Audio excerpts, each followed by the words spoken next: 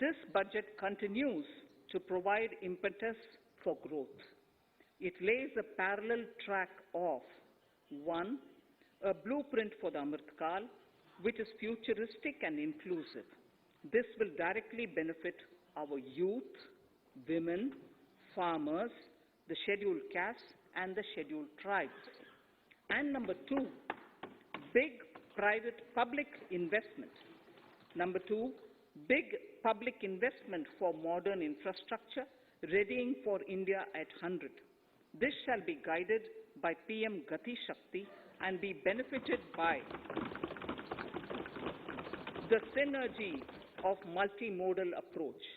Moving forward on this parallel track, we lay the following 4 priorities: PM Gati Shakti, inclusive development, productivity enhancement and investment, sunrise opportunities, energy transition, and climate action, and 4, financing of investments.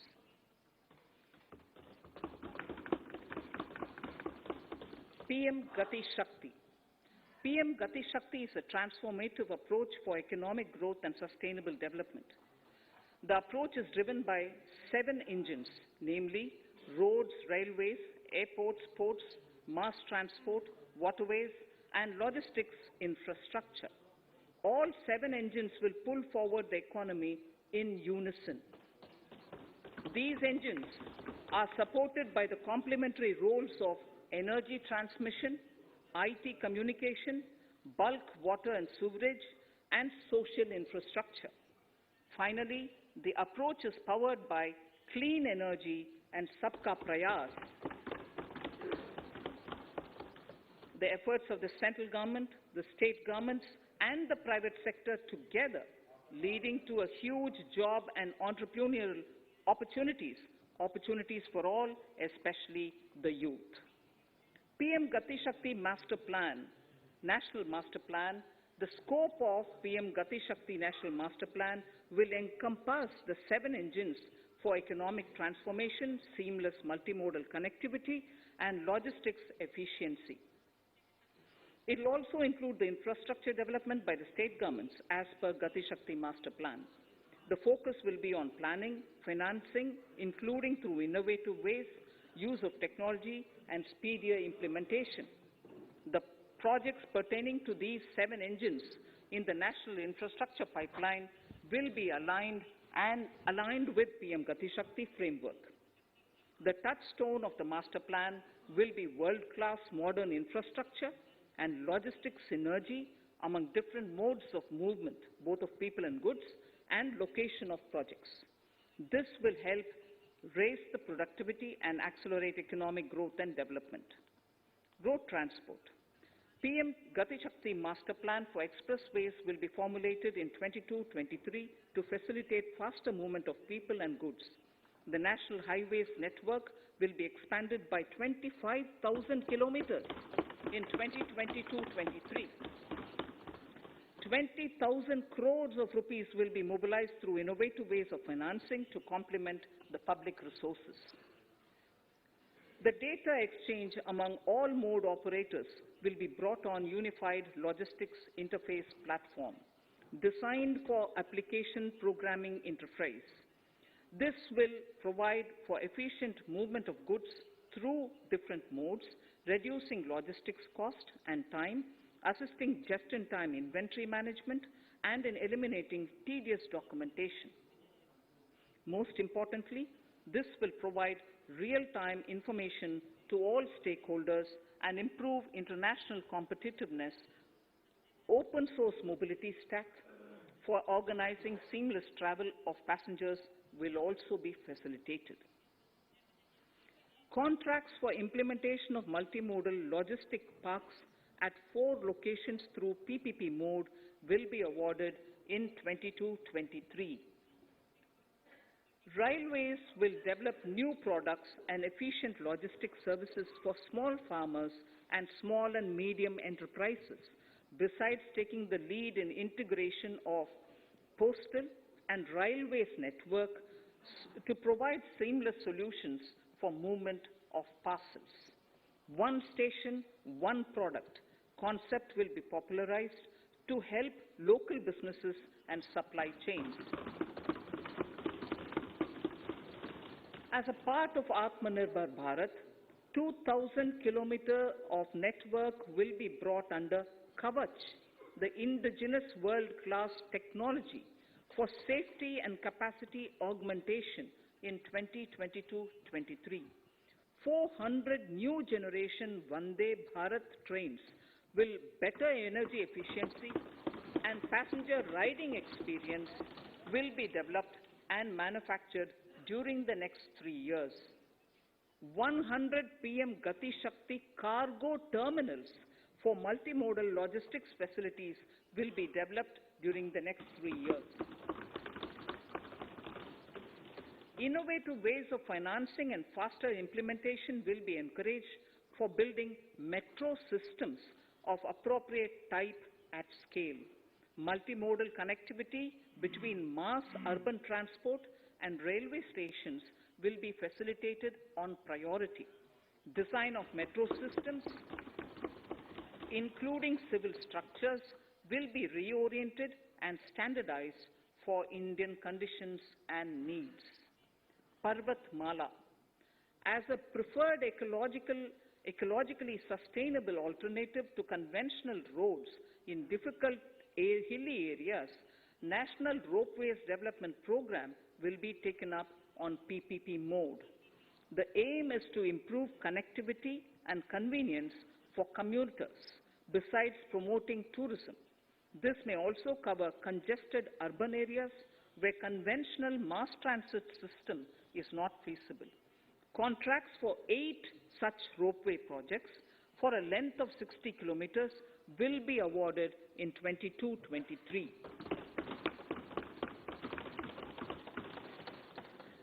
With technical support from the Capacity Building Commission, central ministries, state governments, and their infra agencies will have their skills upgraded.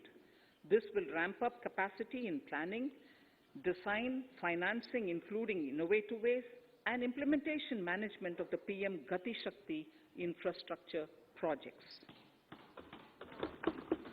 Inclusive development, our second priority. Agriculture.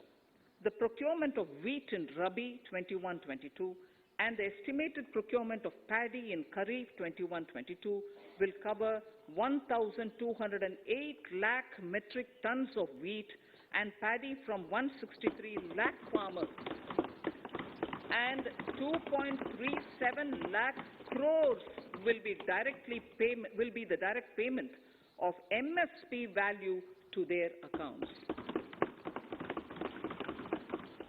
Chemical-free natural farming will be promoted throughout the country with a focus on farmers' lands in 5-kilometer wide corridors along the river Ganga at the first stage. 2023 has been announced as the International Year of Millets. Support will be provided for post-harvest value addition, enhancing domestic consumption, and for branding millet products nationally and internationally. To reduce our dependence on import of oil seeds, a rationalized and comprehensive scheme to increase domestic production of oil seeds will be implemented. For delivery of digital and high-tech services to farmers with involvement of public sector research and extension institutions, along with private agri-tech players and stakeholders of agri-value chains, a scheme in PPP mode will be launched.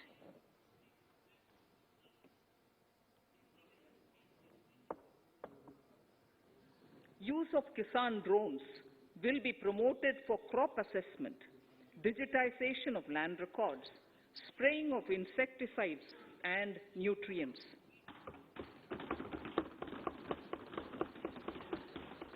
States will be encouraged to revise syllabi of agricultural universities to meet the needs of natural, zero budget, and organic farming, modern-day agriculture, value addition, and management. A fund with blended capital raised under the co-investment model will be facilitated through the NABARD. This is to finance startups for agriculture and rural enterprise relevant for farm produce value chain. The activities of these startups will include inter alia, support for FPOs, machinery for farmers on rental basis at farm level, and technology including IT-based support. The implementation of the Ken-Betwa link project at an estimated cost of 44,605 crores will be taken up. This is aimed at providing irrigation benefits to 9.0 lakh hectare of farmers' lands, drinking water supply to 62 lakh people, 103 megawatt of hydro, 27 megawatt of solar power, allocations of 4,300 crores of rupees in the RE 21-22 and 1,400 crores of rupees in 22-23 have been made for this project. Honorable Speaker, sir, draft DPRs for 5 river links, namely Daman-Ganga Pinjal, Par-Tapi Narmada, Godavari Krishna, Krishna Pennar, and Pennar Kaveri have been finalized. Once a consensus is reached among the beneficiary states, the Centre will provide support for their implementation. For farmers to adopt suitable varieties of fruits and vegetables and to use appropriate production and harvesting techniques, our government will provide a comprehensive package with participation of state governments. MSMEs, Udyam, eShram, NCS and ASEEM portals will be interlinked. Their scope will be widened. They will now perform as portals with live organic databases, providing G2C, B2C and B2B services.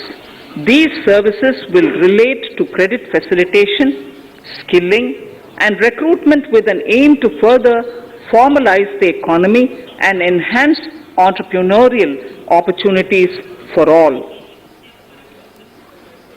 Emergency Credit Line Guarantee Scheme has provided the much needed additional credit to more than 130 lakh MSMEs. This has helped them mitigate the adverse impact of the pandemic. The hospitality and related services, especially those by micro and small enterprises, are yet to regain their pre-pandemic level of business.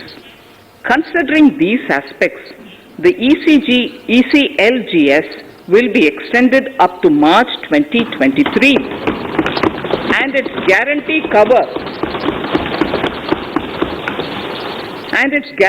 cover will be expanded by 50,000 crores of rupees to total cover of 5 lakh crores.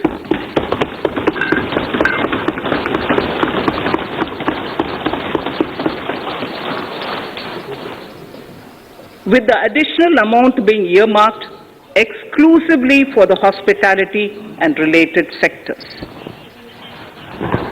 Credit Guarantee Trust for Micro and Small Enterprises, CGT-MSE, scheme will be revamped with required infusion of funds. This will facilitate additional credit of 2 lakh crore for micro and small enterprises and expand employment opportunities.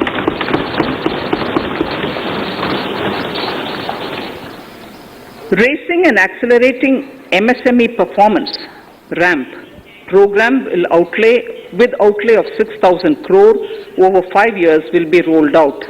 This will help MSME sector become more resilient, competitive and efficient.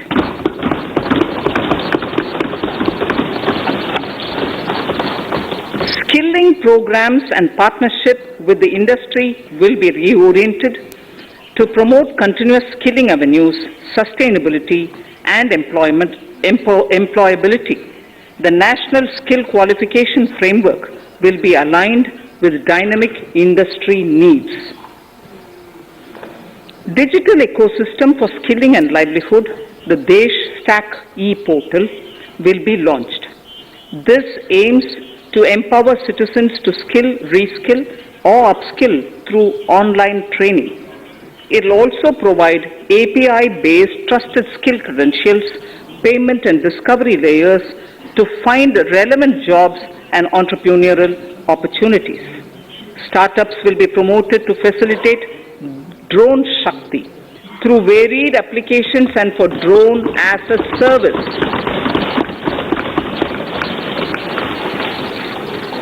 In select ITIs in all states, the required courses for skilling will be started.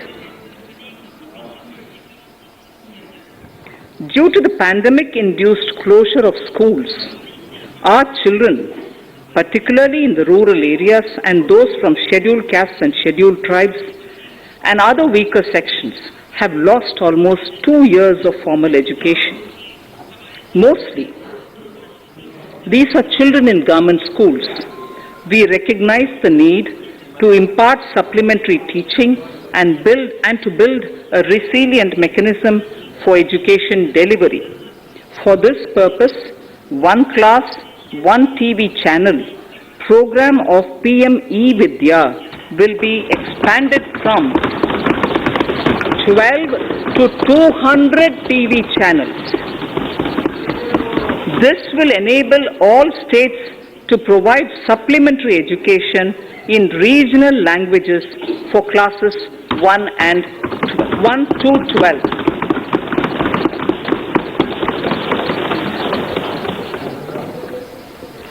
High-quality e-content in all spoken languages will be developed for delivery via internet, mobile phones, TV, and through radio and digital teachers. A competitive mechanism for development of quality e-content by the teachers will be set up to empower and equip them with digital tools of teaching and facilitate better learning outcomes. A digital university will be established to provide access to students across the country for world-class quality universal education with personalized learning experience at their doorsteps. This will be made available in different Indian languages and ICT formats. The university will be built on a networked hub and spoke model, with the hub building cutting-edge ICT expertise. The best public universities and institutions in the country will collaborate as a network of hub and spoke. An open platform for the national digital health ecosystem will be rolled out. It will consist of digital registries of health providers and health facilities, unique health identity, consent framework and universal access to health facilities.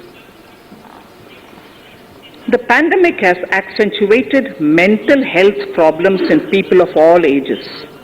To better the access to quality mental health counseling and care services, a national tele-mental health program will be launched.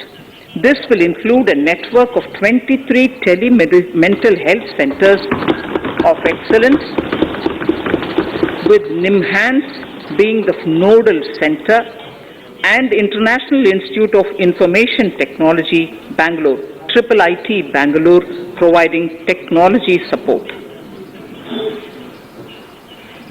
Recognizing the importance of Nari Shakti as a harbinger of our bright future and for women-led development, during the Amrit Kal, our government has comprehensively revamped the schemes of the Ministry of Women and Child Development. Accordingly, 3 schemes, namely Mission Shakti, Mission Vatsalya, Saksham Anganwadi and Poshan 2.0 were launched recently to provide integrated benefits to women and children. Saksham Anganwadis are a new generation Anganwadis that have better infrastructure and audio-visual aids, powered by clean energy and providing improved environment for early childhood development. 2 lakh Anganwadis will be upgraded under this scheme. Current coverage of Har Ghar Nal Se Jal is 8.7 crores. Of this, 5.5 crore households were provided tap water in last 2 years itself.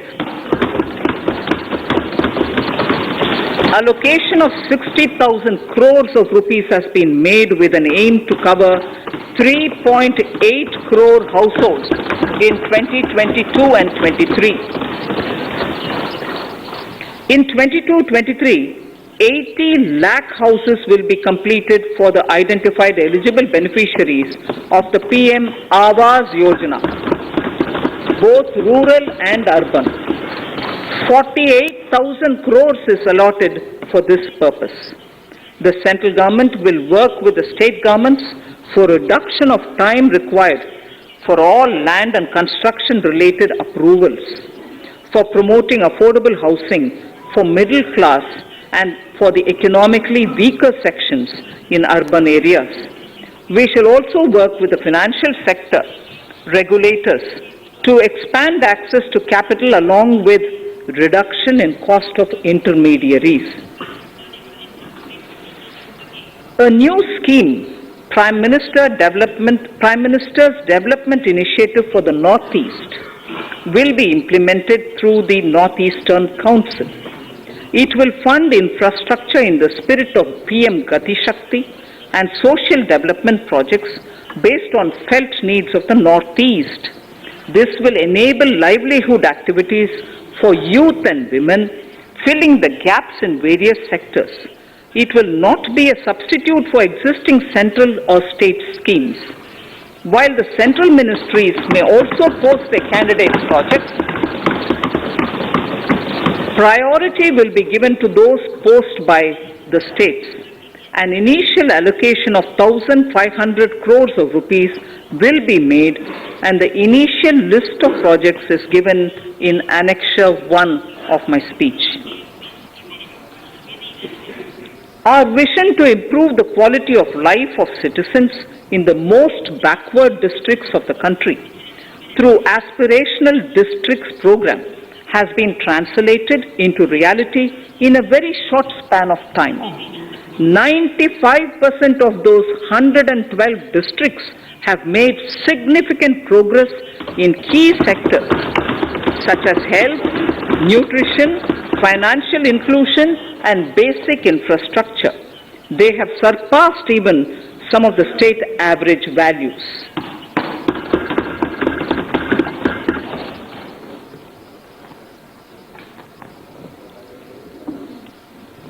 However, in those districts, some blocks continue to lag. In 22-23, the program will focus on such blocks in those districts. Border villages with sparse population, limited connectivity, and infrastructure often get left out from the development gains. Such villages on the northern border will be covered under a new Vibrant Villages program. The activities will include construction of village infrastructure, housing, tourist centers, road connectivity, provisioning of decentralized renewable energy, direct-to-home access for Doordarshan and educational channels, and support for their livelihood generation. Additional funding for these activities will be provided. Existing schemes will be converged.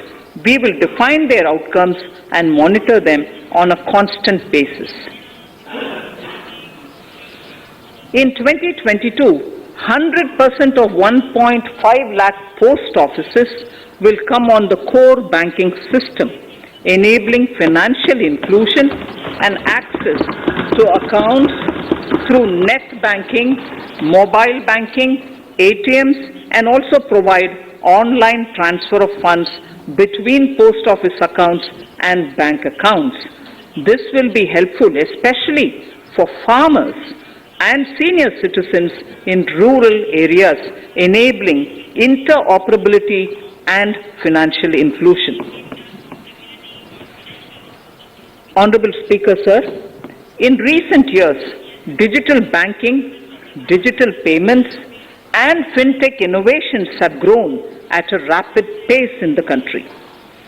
Government is continuously encouraging these sectors to ensure that the benefits of digital banking reach every nook and corner of the country in a consumer-friendly manner. Taking forward this agenda and to mark 75 years of our independence, it is proposed to set up 75 digital banking units in 75 districts of the country by scheduled commercial banks. The financial support for digital payment ecosystem announced in the previous budget will continue in 22-23 as well. This will encourage further adoption of digital payments. There will also be a focus to promote use of payment platforms that are economical and user-friendly. So I move to the next priority. In recent years, over 25,000 compliances were reduced and nearly 1,500 union laws were repealed. This is the result of our government's strong commitment for minimum government and maximum governance. 1,486 union laws were repealed.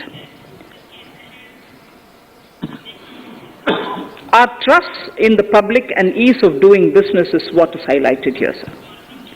For the Amrit Kal, the next phase of ease of doing business 2.0 and ease of living will be launched.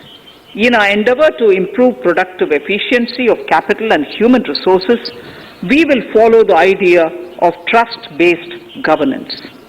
The new phase will be guided by an active involvement of the states, digitization of manual processes and interventions, integration of the central and state level systems through IT bridges, a single point access for all citizen-centric services, and standardization and removal of overlapping compliances. Crowdsourcing of suggestions and ground-level assessment of the impact with active involvement of citizens and businesses will be encouraged. A single window portal, Parivesh, for all green clearances was launched in 2018. It has been instrumental in reducing the time required for approvals significantly. The scope of this portal will be expanded to provide information to the applicants based on location of units. Information about specific approvals will be provided. It will enable application for all 4 approvals through a single form and tracking of the process through Centralized Processing Center Green, CPC Green. E-passports.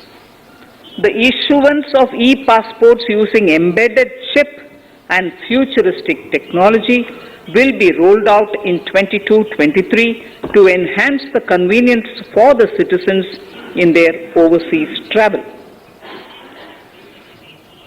By the time of India at 100, nearly half our population is likely to be living in urban areas. To prepare for this, orderly urban development is of critical importance. This will help realize the country's economic potential, including livelihood opportunities for the demographic dividend.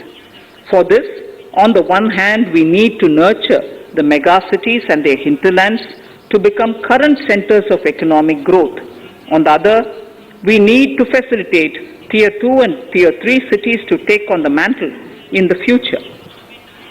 This would require us to reimagine our cities into centers of sustainable living with opportunities for all, including women and our youth. For this to happen, urban planning cannot continue with a business as usual approach. We plan to steer a paradigm change.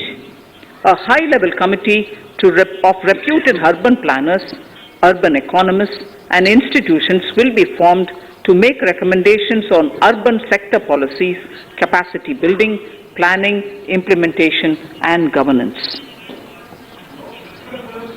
For urban capacity building, support will be provided to the states. Modernization of building bylaws, town planning schemes, transit-oriented development will be implemented. This will facilitate reforms for people to live and work closer to the mass transit systems. The central government's financial support for mass transit projects and Amrit scheme will be leveraged for formulation of action plans and their implementation for facilitating the TOD and TPS by the states.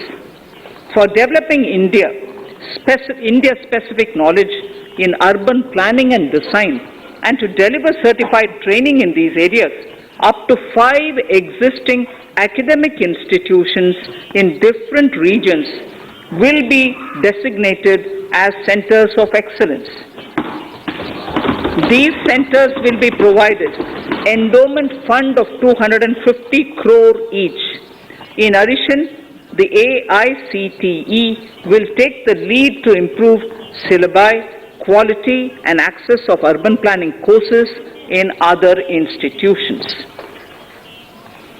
We will promote a shift to use of public transport in urban areas. This will be complemented by clean tech and governance solutions, special mobility zones with zero fossil fuel policy and EV vehicles. Battery swapping policy. Considering the constraint of space in urban areas, for setting up charging stations at scale, a battery swapping policy will be brought out and interoperability standards will be formulated.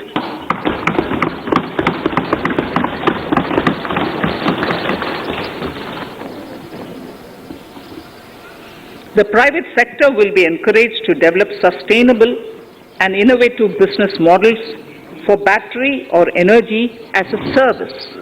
This will improve efficiency in the EV ecosystem. Efficient use of land resources is a strong imperative. States will be encouraged to adopt unique land parcel identification number to facilitate IT-based management of records. The facility for transliteration of land records across any of the Schedule 8 languages will also be rolled out.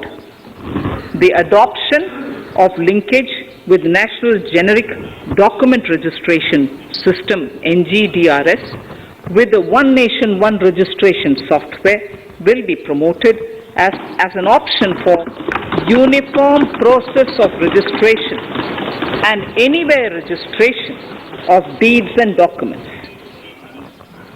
Necessary amendments in the code IBC will be carried out to enhance the efficiency of the resolution process and facilitate cross-border insolvency resolution. Accelerated corporate exit. Several IT-based systems have been established for accelerated registration of new companies. Now the Center for Processing Accelerated Corporate Exit, CPACE, will process re-engineering, will be established to facilitate and speed up the voluntary winding up of these companies from the currently required 2 years to less than 6 months. Government procurement. Government rules have recently been modernized for the needs of Amritkal. The new rules have benefited from the inputs from various stakeholders. The modernized rules allow use of transparent quality criteria besides cost and evaluation of complex tenders. provisions have been made for payment of 75% of running bills mandatorily within 10 days and for encouraging settlements of disputes through conciliation. As a further step to enhance transparency and to reduce delays in payments, a completely paperless, end-to-end online e-bill system will be launched for use by all central ministries for their procurements. The system will enable the suppliers and contractors to submit online their digitally signed bills and claims and track their status from anywhere. To reduce indirect cost for suppliers and work contractors, the use of surety bonds as a substitute for bank guarantee will be made acceptable in government procurements. Business such as gold imports may also find this useful. IRDAI, insurance regulator, has given the framework for issue of surety bonds by insurance companies. AVGC Promotion Task Force. The animation, visual effects, gaming and comic, the AVGC sector, offers immense potential to employ youth.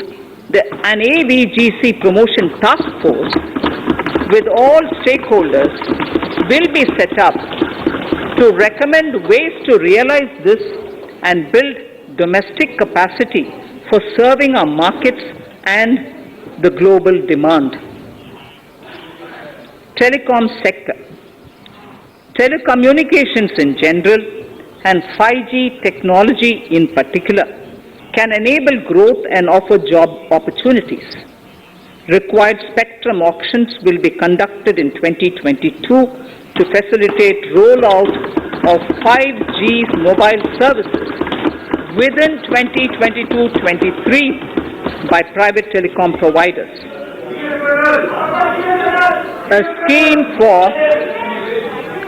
A scheme for design-led manufacturing will be launched to build a strong ecosystem for 5G as part of the production-linked incentive scheme. To enable affordable broadband and mobile service proliferation in rural and remote areas, 5% of annual collections under the Universal Service Obligation Fund will be allocated. This will promote R&D and commercialization of technologies and solutions. Our vision is that all villages and their residents should have the same access to e-services, communication facilities, and digital resources as urban areas and their residents. The contracts for laying optical fiber in all villages, including remote areas, will be awarded under the BharatNet project through PPP in 22 and 23. Completion is expected in 2025. Measures will be taken to enable better and more efficient use of the optical fiber. Export promotion.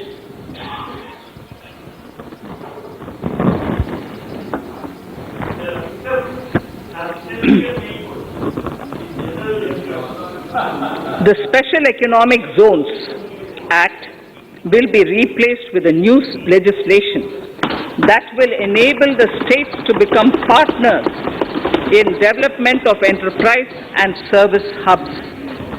This will cover all large existing and new industrial enclaves to optimally utilize available infrastructure and enhance competitiveness of exports. Atmanirbharta in defense. Our government is committed to reducing imports and promoting Atmanirbharta in equipment for the armed forces. 68% of the capital procurement budget will be earmarked for domestic industry in 22-23. up from 58% in 21-22. Defence R&D will be opened up for industry, startups and academia, with 25% of defence R&D budget earmarked. Private industry will be encouraged to take up design and development of military platforms and equipment in collaboration with DRDO and other organizations through SPV model. An independent nodal umbrella body will be set up for meeting wide-ranging testing and certification requirements.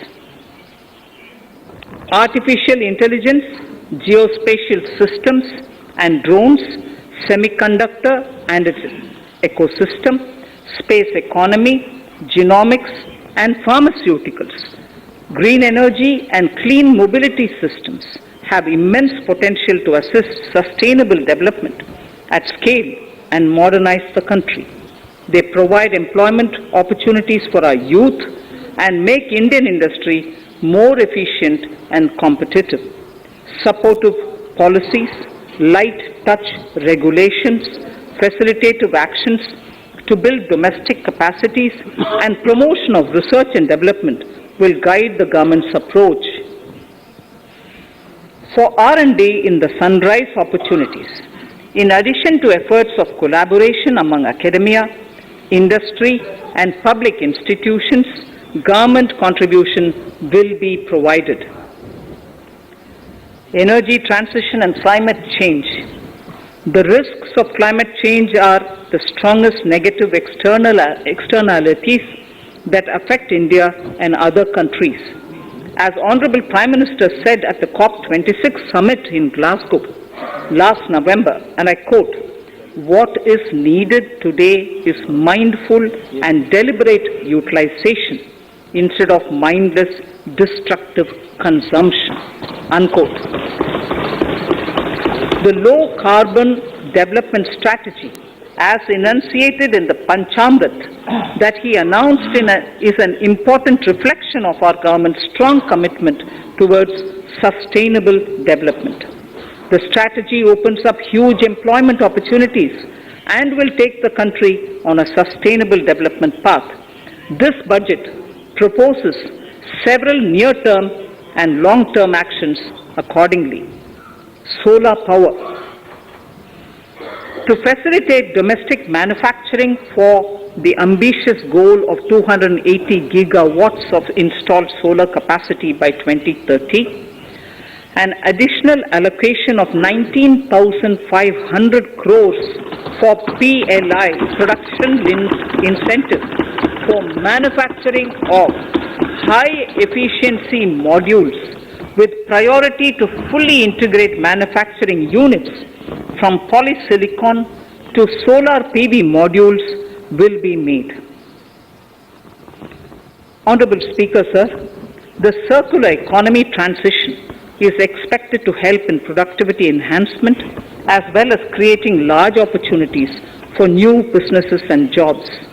The action plans for 10 sectors such as electronic waste, end-of-life vehicles, used oil waste, toxic and hazardous industrial waste are already ready. The focus will now be on addressing important cross-cutting issues of infrastructure, reverse logistics, technology upgradation, and integration with informal sector. This will be supported by active public policies covering regulations, extended producers' responsibilities, framework, and innovation facilities. 5 to 7% biomass pellets will be co-fired in thermal power plants, resulting in carbon dioxide savings of 38 MMT annually. This will also provide extra income to farmers and job opportunities to locals and help avoid stubble burning in agricultural fields. Saving energy is an important aspect of the energy management. Hence, energy efficiency and savings measures will be promoted. This will be done in large commercial buildings through the energy service company business model. It will facilitate capacity building and awareness for energy audits, performance contracts, and common measurement of and verification protocol. 4 pilot projects for coal gasification and conversion of coal into chemicals required for the industry will be set up to evolve technical and financial viability. The policies and required legislative changes to promote agroforestry and private forestry will be brought in. In addition, financial support will be provided to farmers belonging to scheduled castes and scheduled tribes who want to take up agroforestry. Honorable Speaker, I now move to the 4th priority, financing of investments. Capital investment holds the key to speedy and sustainable economic revival and consolidation through its multiplier effect. Capital investment also helps in creating employment opportunities, induced enhanced demand for manufactured input from large industries and MSMEs, services from professionals, and help farmers through better agri-infrastructure. The economy has shown strong resilience to come out of the effects of the pandemic with high growth. However, we need to sustain that level to make up for the setback of 2020-2021. As outlined in para 5 earlier, the virtuous cycle of investment requires public investment to crowd in private investment. At this stage, private investments seem to require that support to rise to their potential and to the needs of the economy. Public investment must continue to take the lead and pump prime the private investment and demand in 2022-23. Considering the above imperative, the outlay for capital expenditure in the union budget is once again being stepped up sharply by 35.4% from 5.54 lakh crore in the current year to 7.50 lakh crores in 22-23. This has increased to more than 2.2 times the expenditure of 2019-20. This outlay in 22-23 will be 2.9% of the GDP. Effective capital expenditure. With this investment taken together with the provision made for creation of capital assets through grants and aid to states, the effective capital expenditure of the central government is estimated at 10.68 lakh crores in 22-23, which will be about 4.1% of the GDP. Green bonds. As a part of the government's overall market borrowings in 22-23, sovereign green bonds will be issued for mobilizing resources for green infrastructure. The proceeds will be deployed in public sector projects which help in reducing the carbon intensity of the economy. Gift IFSC.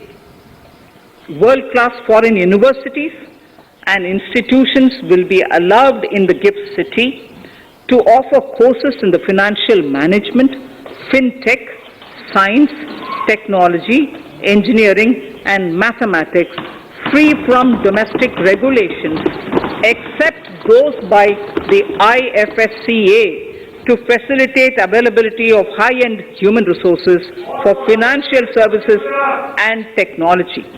An international arbitration center will be set up in the gift city for timely settlement of disputes under international jurisprudence. Services for global capital, for sustainable and climate finance in the country will be facilitated in the GIFT city. Infrastructure status.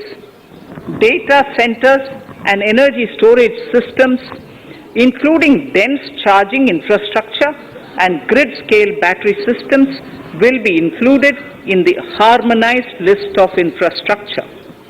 This will facilitate credit availability for digital infrastructure and clean energy storage. Venture capital and private equity invested more than 5.5 lakh crores last year, facilitating one of the largest startup growth systems. Scaling up this investment requires a holistic examination of regulatory and other frictions. An expert committee will be set up to examine and suggest appropriate measures. Government-backed funds, NIIF and SIDBI Fund of Funds, have provided scale capital, creating a multiplier effect. For encouraging important sunrise sectors such as climate action, deep tech, digital economy, pharma and agri-tech, the government will promote these thematic funds for blended finance, with the government share being limited to 20% and the funds being managed by private fund managers. For financing the infrastructure needs, the stepping up of public investment will need to be complemented by private capital at a significant scale. Measures will be taken to enhance financial viability of projects, including PPP, with technical and knowledge assistance from multilateral agencies. Enhancing financial viability shall also be obtained by adopting global best practices, innovative ways of financing, and balanced risk allocation. Digital rupee.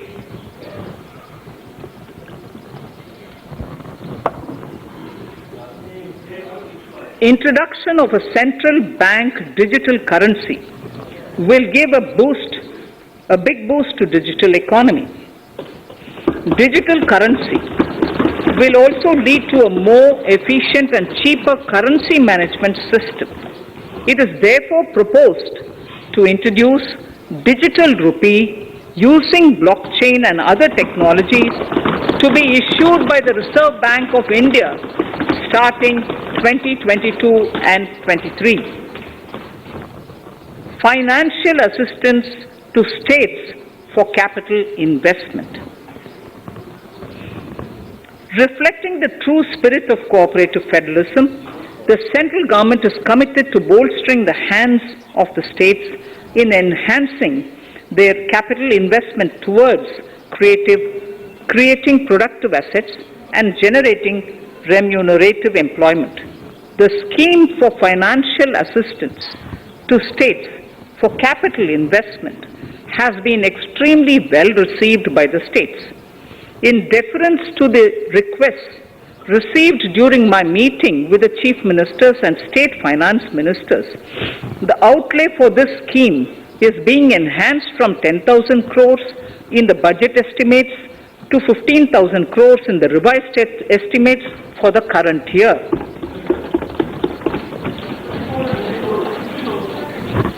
For 22-23,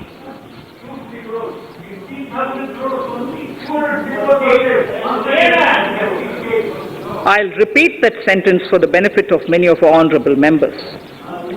In deference to the requests received during my meeting with chief ministers and state finance ministers, the outlay for this scheme is being enhanced from 10,000 crores in the BE to 15,000 crores, 15,000 crores in the RE of the current year.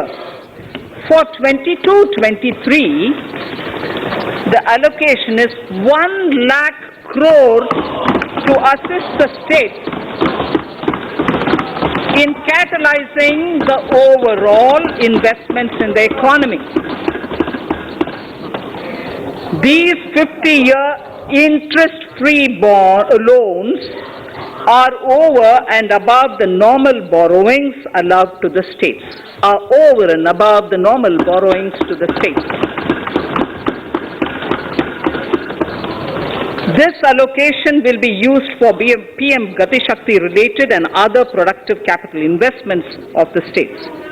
It will also include components for supplemental funding for priority segments of PM Gram Sadak Yojana, including support for the state share, digitization of the economy, including digital payments and completion of OFC network, and reforms related to building bylaws, town planning schemes, transit-oriented development, and transferable development rights.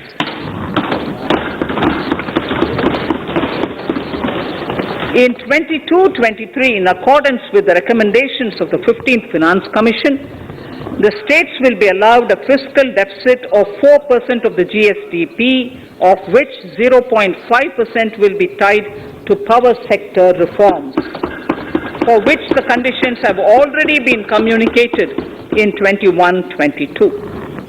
Fiscal management. As against a total expenditure of 34.83 lakh crores of rupees projected in the BE 21-22, the revised estimate is 37.70 lakh crores. The revised estimate of capital expenditure is 6.3 lakh crores of rupees. This includes an amount of 51,971 crores towards settlement of outstanding guaranteed liabilities of Air India and its other sundry commitments. Coming to the budget estimates, Honorable Speaker, sir, the total expenditure in 22-23 is estimated at 39.45 lakh crores, while the total receipts other than borrowings are estimated at 22.84 lakh crores of rupees.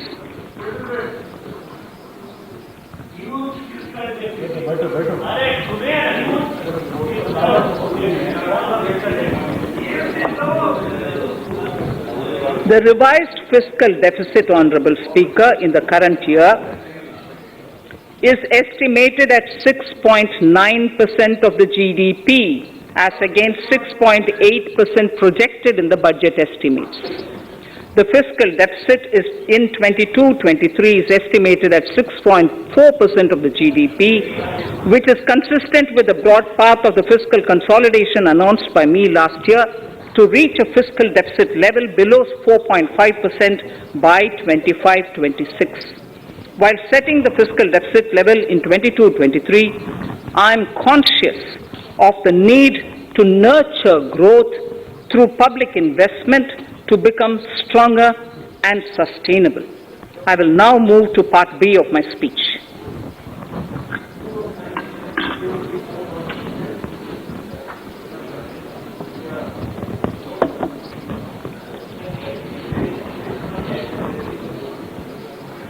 Direct tax. Honorable Speaker, sir, I take this opportunity to thank all the taxpayers of our country who have contributed immensely and strengthened the hands of the government in helping their fellow citizens in this hour of need.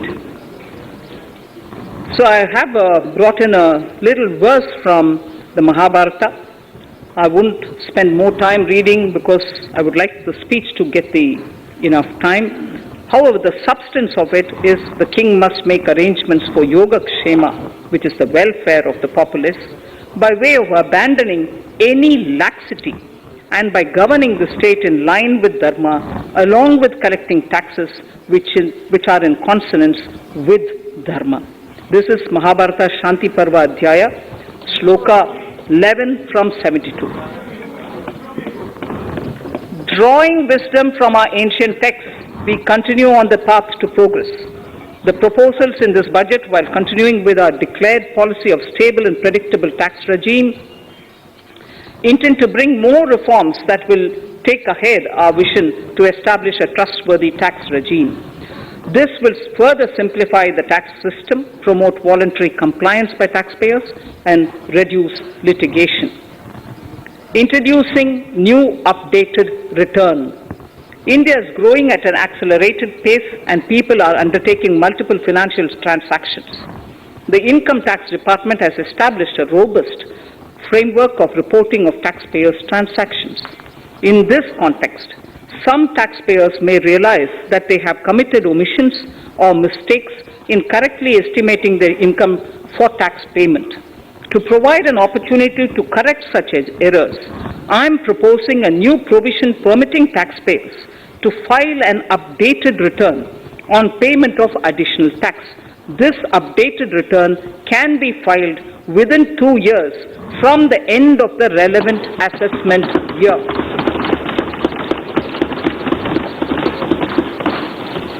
Honorable Speaker, sir, presently, if the department finds out that some income has been missed out by an assessee, it goes through a lengthy process of adjudication.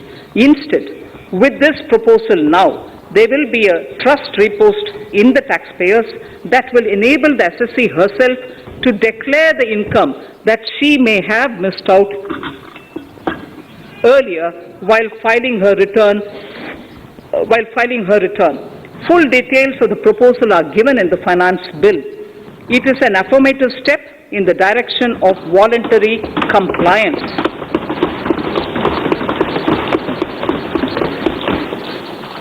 Reduced alternative minimum tax rate and surcharge for cooperatives. Currently, cooperative societies are required to pay alternate minimum tax at the rate of 18 and 1.5%. However, companies pay the same rate, the same, which is the alternate minimum tax, at the rate of 15%. To provide a level playing field between cooperative societies and companies, I propose to reduce this rate for the cooperative societies also to 15%. Honorable Speaker, sir, I also propose to reduce the surcharge on cooperative societies from the present 12% to 7% for those having total income of more than 1 crore and up to 10 crores. This would help in enhancing income of cooperative societies and its members who are mostly from the rural and from farming communities. Tax relief to persons with disability. The parent or guardian of a differently abled person can take an insurance scheme for such person. The present law provides for deduction to the parent or guardian only if the lump sum payment or annuity is available to the differently abled person on the death of the subscriber, that is the parent or the guardian. There could be situations where the differently abled dependent may need payment of annuity or lump sum amount even during the lifetime of their parent or guardian. I propose thus to allow the payment of annuity and lump sum amount to the differently abled dependent during the lifetime of the parent and guardians, that is parent or guardians, attaining the age of 60 years. Parity between employees of the state and central governments. At present, the central government contributes 14% of the salary of its employee to the National Pension System, NPS, Tier 1. This is allowed as a deduction in computing the income of the employee. However, such deduction is allowed only to the extent of 10% of the salary in case of employees of the state governments. To provide equal treatment to both central and state government employees, I propose to increase the tax deduction limit from 10% to 14% on employers' contribution to the MPS account of state government employees as well. This would help in enhancing the social security benefits of the state government employees and bring them at par with central government employees. Incentives for startups. Startups have emerged as drivers of growth for our economy. Over the past few years, the country has seen a manifold increase in successful startups. Eligible startups established before 31/3/2022 had been provided a tax incentive for 3 consecutive years out of the 10 years from incorporation.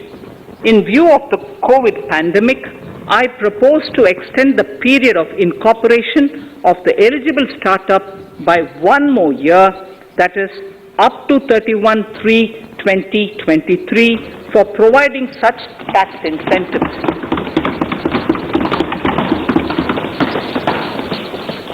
Incentives for newly incorporated manufacturing entities under concessional tax regime.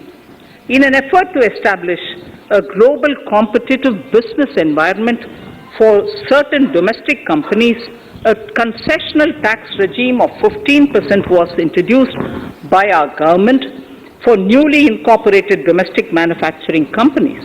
I propose to extend the last date for commencement of manufacturing or production under Section 115B(ab) by 1 more year, that is from 31st March 2023 to 31st March 2024.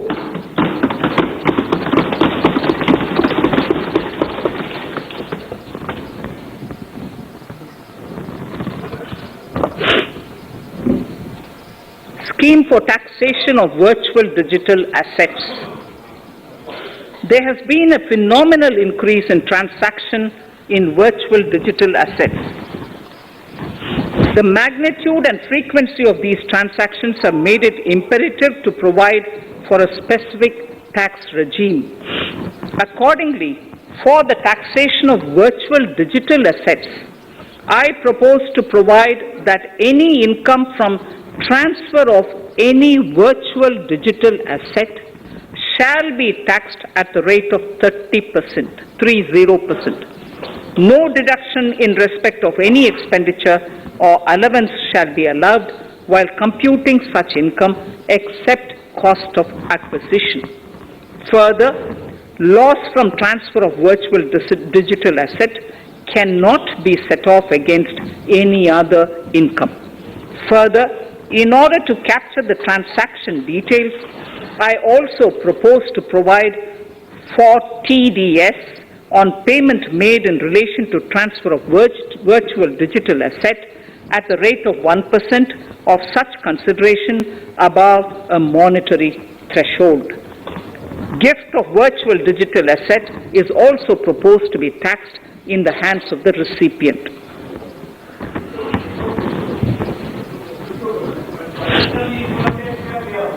Litigation management to avoid repetitive appeals by the department. It has been observed that a lot of time and resources are consumed in filing of appeals which involve identical issues. Taking forward our policy of sound litigation management, I propose to provide that if a question of law in the case of an assessee is identical to a question of law which is pending in the appeal before a jurisdictional high court or Supreme Court, in any case, the filing of further appeal in the case of this assessee by the department shall be deferred till such a question of law is decided by the jurisdictional high court or the Supreme Court. This will greatly help in reducing the repeated litigation between taxpayer and the department. Taking forward our efforts to further promote the IFSC, I hereby propose to provide that income of a non-resident from offshore derivative instruments or over-the-counter derivatives issued by an offshore banking unit, income from royalty and interest on account of lease of ship, and income received from portfolio management services in IFSC shall be exempt from tax subject to specified conditions. Rationalization of surcharge. In the globalized business world, there are several work contracts whose terms and conditions mandatorily require formation of a consortium. The members in the consortium are generally companies. In such cases, the income of these AOPs has to suffer a graded surcharge up to 37%, which is a lot more than surcharge on the individual companies. Accordingly, I propose to cap the surcharge of these AOPs at 15%. Further, the long-term capital gains on listed equity shares, units, etc. are liable to maximum surcharge of 15%, while other long-term capital gains are subjected to a graded surcharge which goes up to 37%. I propose to cap the surcharge on long-term capital gains arising on transfer of any type of assets at 15%. This step will give a boost to startup community, and along with my proposal on the extended tax benefits to manufacturing companies and startups, reaffirms our commitment to Atmanirbhar Bharat. Clarification in relation to health and education cess as business expenditure. The income tax is not an allowable expenditure for computation of business income. This includes tax as well as surcharges. The health and education cess is imposed as an additional surcharge on the taxpayer for funding specific government welfare programs. However, some courts have allowed health and education cess as business expenditure, which is against the legislative intent. To reiterate the legislative intent, I propose to clarify that any surcharge or cess on income and profits is not allowable as business expenditure. Deterrence against tax evasion. Honorable Speaker, sir, presently there is ambiguity regarding set-off of brought forward loss against undisclosed income detected in search operations.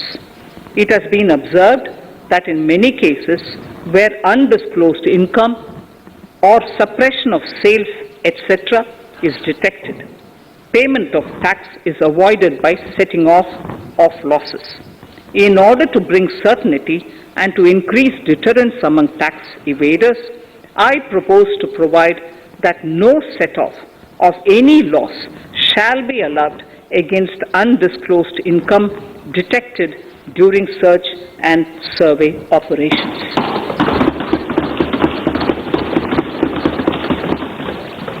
It has been noticed that as a business promotion strategy, there is a tendency on businesses to pass on benefits to their agents. Such benefits are taxable in the hands of the agents. In order to track such transactions, I propose to provide for tax deduction by the person giving benefits if the aggregate value of such benefits exceeds 20,000 rupees during the financial year. A few other changes are being made, the details of which are there in the finance bill. Indirect taxes. So remarkable progress in GST. GST has been a landmark reform of independent India, showcasing the spirit of cooperative federalism. While aspirations were high, there were huge challenges too. These challenges were overcome deftly and painstakingly under the guidance and the oversight of the GST Council. We can now take pride in a fully IT-driven and progressive GST regime that has fulfilled the cherished dream of India as one market, one tax. There are still some challenges remaining, and we aspire to meet them in the coming year. The right balance between facilitation and enforcement has engendered significantly better compliance, and enforcement has engendered better compliance. GST revenues are buoyant despite the pandemic.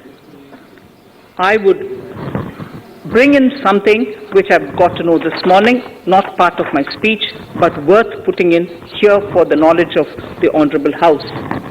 I would like to bring to the notice of this House that the gross GST collections for the month of January 22 are rupees 1,40,986 crores, which is the highest since the inception of GST. This has been possible due to rapid economic growth recovery post-COVID.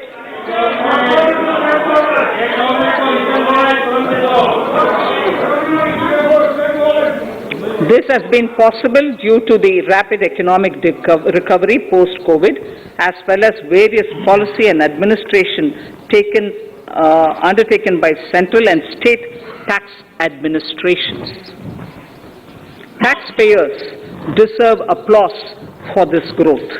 Not only did they adapt to the changes, but enthusiastically contributed to the cost of paying taxes. Special economic zones. In part A of my speech, I have referred to the proposed reforms in SEZs. Alongside, we will also undertake reforms in customs administration of SEZs, and it shall henceforth be fully IT-driven and function on the Customs National Portal with a focus on higher facilitation and with only risk-based checks. This will ease doing business by SEZ units considerably. This reform shall be implemented by 30th September 2022. Customs reforms and duty rate changes. Customs administration has reinvented itself over the years through liberalized procedures and infusion of technology. Faceless customs has been fully established. During COVID-19 pandemic, customs formation have done exceptional frontline work against all odds, displaying agility and purpose. Customs reforms have played a very vital role in domestic capacity creation, providing level playing field to our MSMEs, easing the raw material supply side constraints, enhancing ease of doing business, and being an enabler to other policy initiatives such as PLI and phased manufacturing plans. My proposal on customs side are aligned to these objectives. Project imports and capital goods. National Capital Goods Policy 2016 aims at doubling the production of capital goods by 2025. This would create an employment opportunities and result in increased economic activity. However, several duty exemptions, even extending to over 3 decades, in some cases have been granted to capital goods for various sectors like power, fertilizer, textiles, leather footwear, food processing, and fertilizers. These exemptions have hindered the growth of the domestic capital goods sector. Similarly, project import duty concessions have also deprived the local producers of a level playing field in areas like coal mining projects, power generation, transmission, or distribution projects, railway and metro projects. Our experience suggests that reasonable tariffs are conducive to the growth of domestic industry and make in India without significantly impacting the cost of essential imports. Accordingly, Honorable Speaker, sir, it is proposed to phase out the concessional rates in capital goods and project imports gradually and apply a moderate tariff of 7.5%. Certain exemptions for advanced machineries that are not manufactured within the country shall continue. A few exemptions are being introduced on inputs like specialized castings, ball screw, and linear motion guide to encourage domestic manufacturing of capital goods. In the last 2 budgets, we have rationalized several customs exemptions. We have once again carried out an extensive consultation, including by crowdsourcing. As a result of these consultations, more than 350 exemption entries are proposed to be gradually phased out. These include exemptions on certain agricultural produce,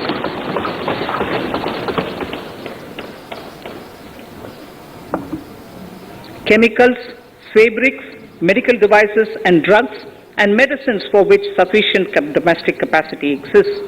Further, as a simplification measure, several concessional rates are being incorporated in the customs tariff schedule itself instead of prescribing them through various notifications. This comprehensive review will simplify the customs rate and tariff structure, particularly for sectors like chemicals, textiles, and metals, and minimize disputes.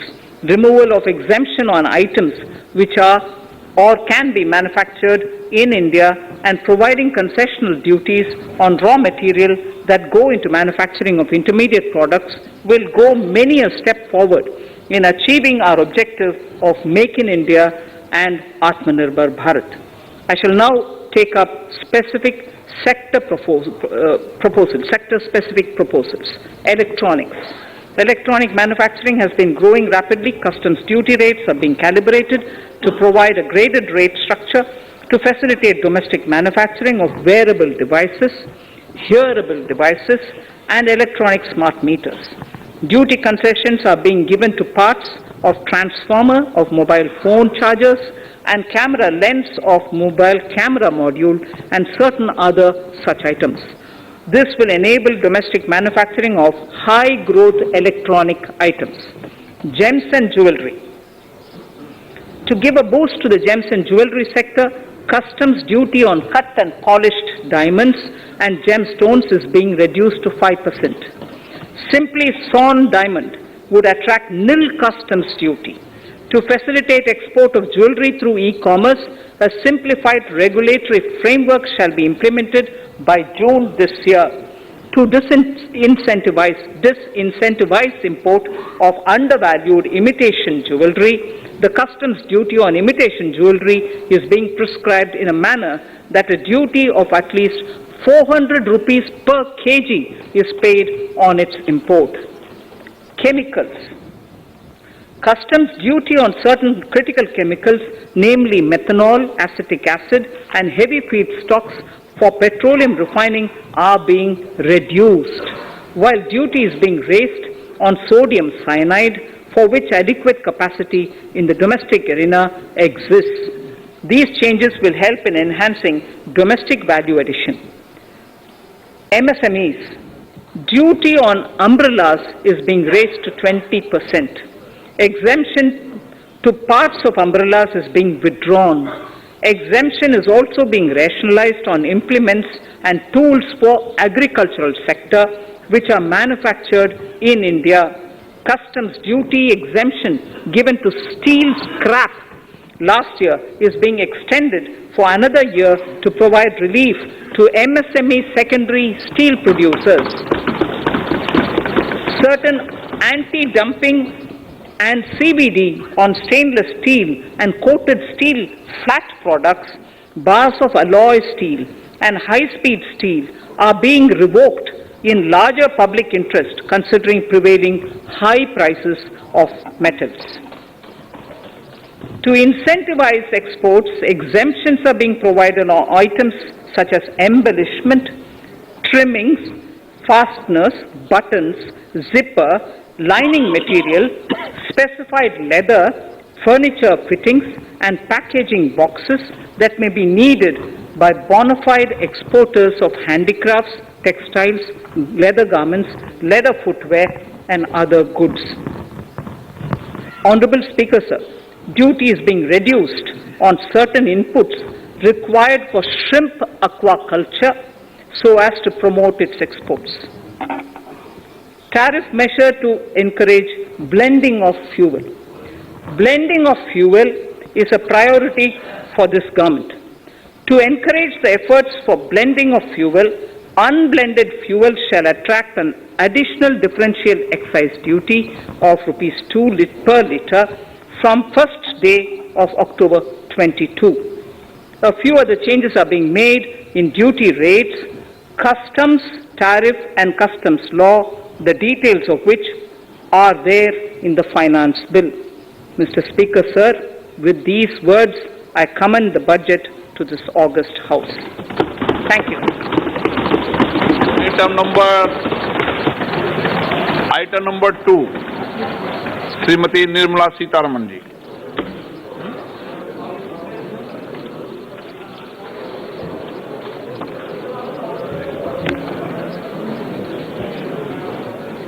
Sir, with your permission, I rise to lay on the table the following statements under Section 3(1) of the Fiscal Responsibility and Budget Management FRBM Act 2003. Medium-term fiscal policy cum fiscal policy strategy statement and macroeconomic framework statement. Item number 3, वित्त विधेयक 2020, Nirmala Sitharaman ji. Sir, item number 3, Finance Bill.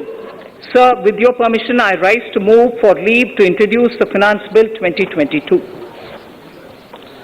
प्रश्न ये कि वित्त विधेयक को पुनर्स्थापित करने की अनुमति प्रदान की जाए. जो सदस्य इसके पक्ष में हाँ गए, जो सदस्य विरोध में ना गए, मेरे विचार में निर्णय हाँ वालों के पक्ष में, हाँ वालों के पक्ष में. माननीय मंत्री जी, वित्त विधेयक को पुनर्स्थापित करें. Sir, I introduce the bill. सभा की